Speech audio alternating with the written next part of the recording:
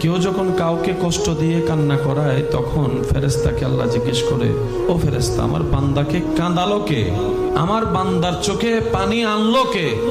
ফেরেশতা বলে, আল্লাহ অমুক অমুক অমুক অমুক এইভাবে তাকে কষ্ট দিয়েছে।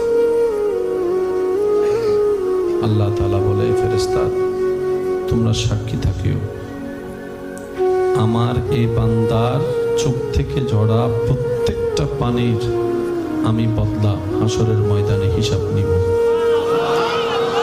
যারা আমার বান্দাকে কাঁদিয়েছে প্রত্যেকটা ফোঁটা চোখের পানির বদলা হিসাব আমি আল্লাহ নিব। কারণ বান্দাটা আমার ভালোবাসার সৃষ্টি, প্রেমের সৃষ্টি, মহাব্বতের সৃষ্টি। সুবহানাল্লাহ।